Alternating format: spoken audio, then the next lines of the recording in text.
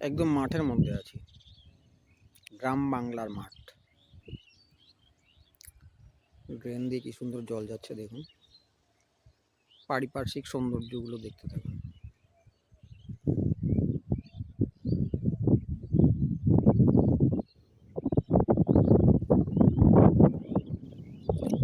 এই রাস্তা দিয়ে চলে যাবো সামনের দিকে।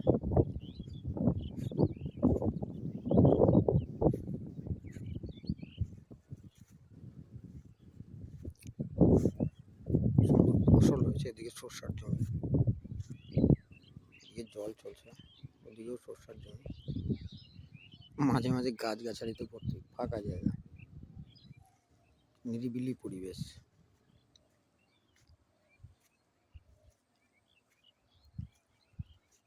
পাশে একটা নদী আছে।